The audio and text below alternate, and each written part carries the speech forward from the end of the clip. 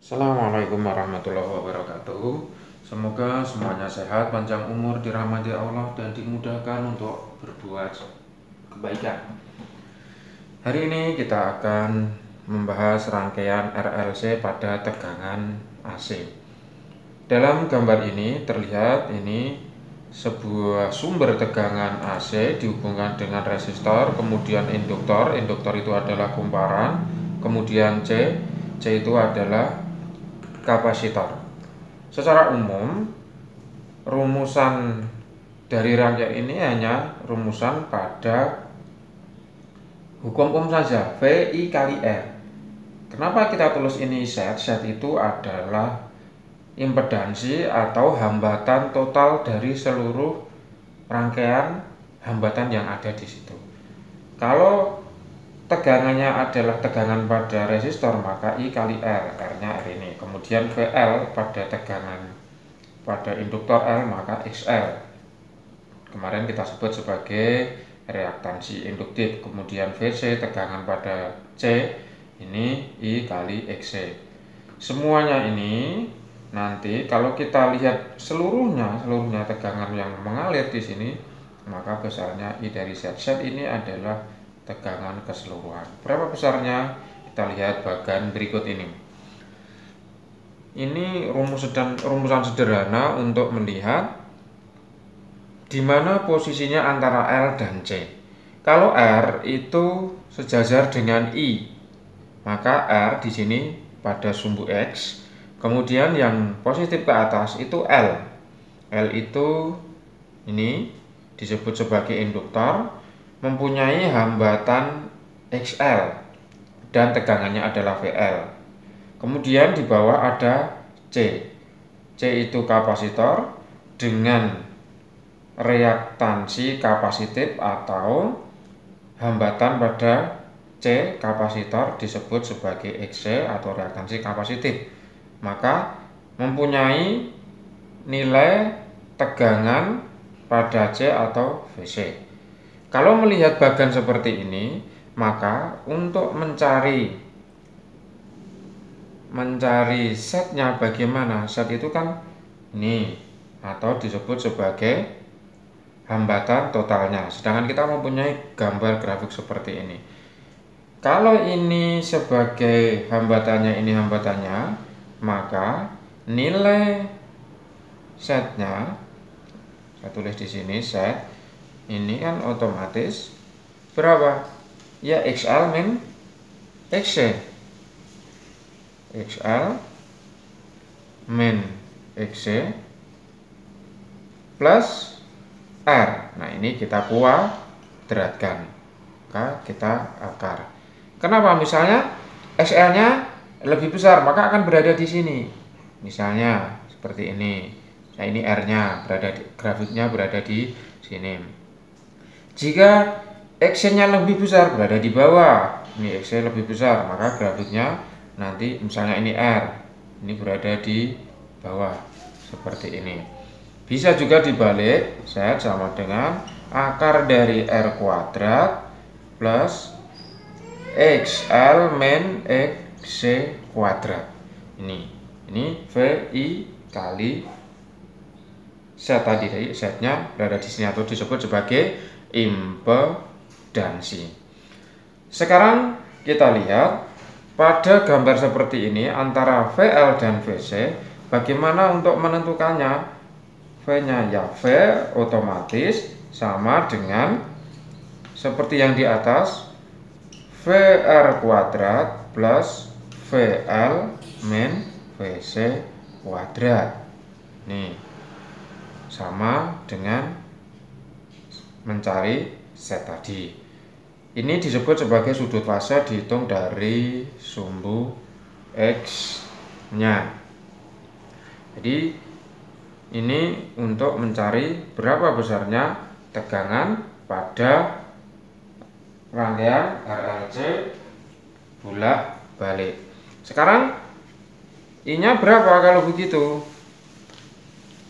Berarti I juga sama dengan V per Z tadi. Kalau kita cari I pada R, ya berarti VR per R. pada L berarti VL per XL, pada C berarti VC per XC, begitu saja. Ini untuk mencari nilai besarnya I pada tegak arus bolak-balik rangkaian RLC. Sekarang untuk mencari sudut fasenya berapa? Sudut fase kita lihat tangen theta itu sama dengan, kalau berada di atas berapa? Kalau berada di atas berarti kita menggunakan XL dan XC ya. Tangan itu kan sama dengan Z per X, maka XL min XC per R. Jika kita menggunakan VL dan VC, maka tangen theta sama dengan VL min VC per siapa di sini? VR. Kita jika menggunakan R-nya, maka di sini VR-nya berada di sini. Ini untuk mencari sudut fasenya. Nanti tetanya berapa ya? Arkes tangan gitu. Selanjutnya kita akan membahas sifat-sifatnya dari rangkaian tersebut. Jika nilai XL tadi lebih besar daripada XC, di sini tadi saya tulis C, kemudian XC, kemudian VC. 1, kan berarti berada di atas. Grafiknya berada di atas di nilai positif.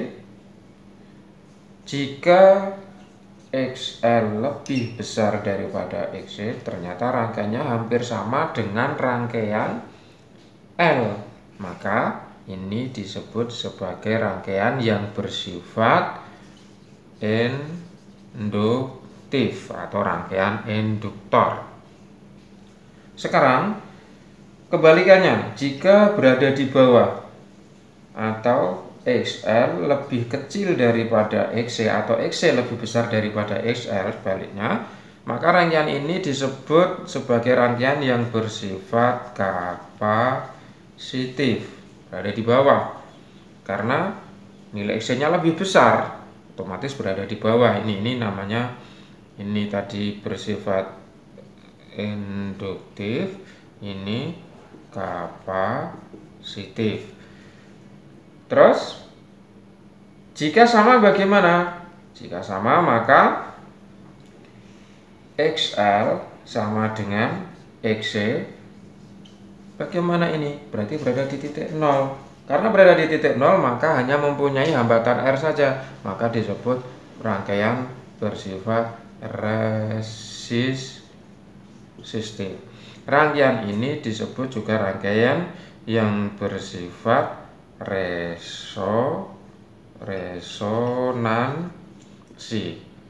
Apa itu resonansi? Yaitu rangkaian pada sifat resonansi ini ditimbulkan, resonansi yang ditimbulkan oleh sumber tegangan. Kalau secara umum resonansi itu kan ikut bergetarnya atau berdengungnya suatu benda dari benda yang lain. Nah, sekarang berapa frekuensinya? Jika XL sama dengan XC, ini nanti terjadi sifat resonansi, maka besarnya frekuensi resonansi pada XL dengan XC, kalau kita masukkan nanti omega L sama dengan 1/omega C akan ketemu 1/2pi akar dari L kali C.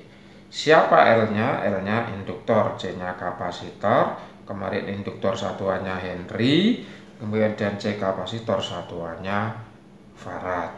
Jadi ini grafik yang perlu diingat sebagai landasan kita menentukan rangkaian RLC.